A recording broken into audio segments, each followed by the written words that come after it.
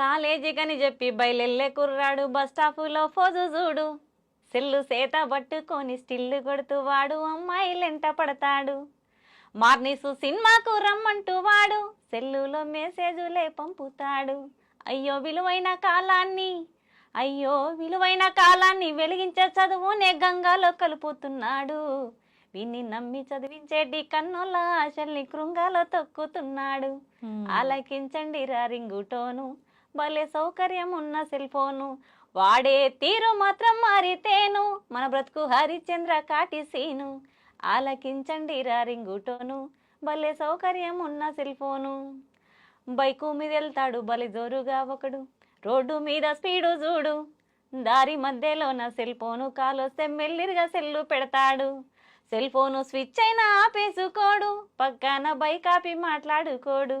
వీడు ఎక్సులేటర్ పెంచి అయ్యో ఎక్సులేటర్ పెంచి ఎదురొచ్చే లారీకే ప్రాణాన్ని బలికొంటాడు. వీడు కట్టుకున్న దాని పసుపు కుంకుమ చెడిపి ముండ మోపిగా మారుస్తాడు. ఆలకించండి రా రింగుటోను, భలే సౌకర్యం ఉన్న సెల్ ఫోను.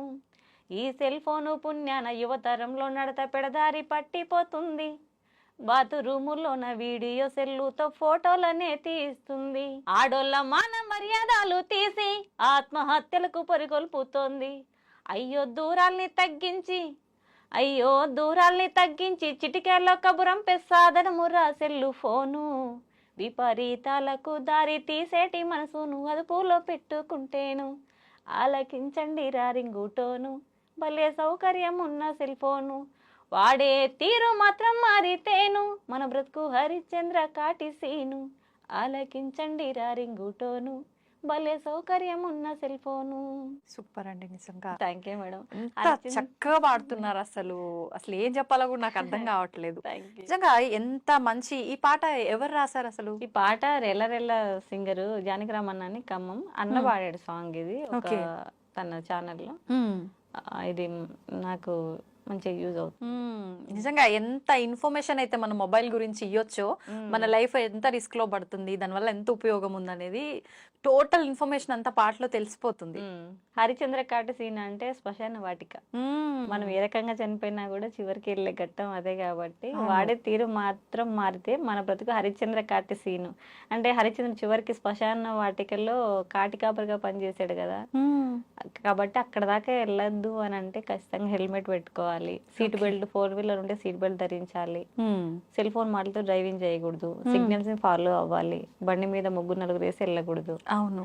ఆ తర్వాత మన స్పీడ్ బ్రేకర్లు ఉంటాయి, కొంతమంది కావాలని కట్టుకొట్టుకొని వెళ్తారు. ఇవన్నీ కొంచెం ఒక లిమిట్ లో అన్ని తగ్గించుకుంటూ వస్తే 60 ఏళ్ళు బతకాల్సి 80 ఏళ్ళు బతుకుతాం. నిజంగా మన చేతుల్లో ఉంది. కానీ మనమే స్వతహాగా జలసాలకు అలవాటు పడి జీవితాన్ని నాశనం చేసుకుంటాం తెలియకుండానే.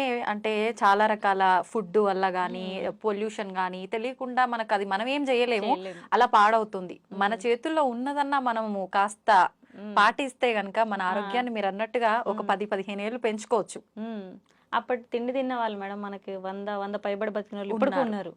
కానీ ఇప్పుడు ఏ చిన్న పిల్లాన్ని రక్తం తీసి టెస్ట్ చేసిన షుగర్, బీపీ, థైరాయిడ్ అని కనీసం 30 వయసు కూడా రావాల్సిన పని లేదు, ఆటోమేటిక్ గా వచ్చేస్తున్నాయి. ఇప్పుడు ఈ రోగాలన్నీ వచ్చిన తర్వాత పాత తిండికి అలవాటు పడిపోయి జనాలు అంబలని మళ్ళీ అన్ని వచ్చాయి, పాతవన్నీ తీసుకొచ్చారు. అవునవును. అట్లా అంటే పాతకాలం పద్ధతులన్నీ ఇప్పుడు మళ్ళీ కొత్తగా ఫ్రెష్ గా స్టార్ట్ అవుతున్నాయి. అప్పుడు దంపుడు బియ్యం వండుకొని తినేవాళ్ళు, ఇప్పుడు అవే బియ్యం అప్పుడు 10 రూపాయలకి కిలో తీసుకుంటే ఇప్పుడు 200 కిలో పెట్టి కొనుక్కునే పరిస్థితి వస్తుంది.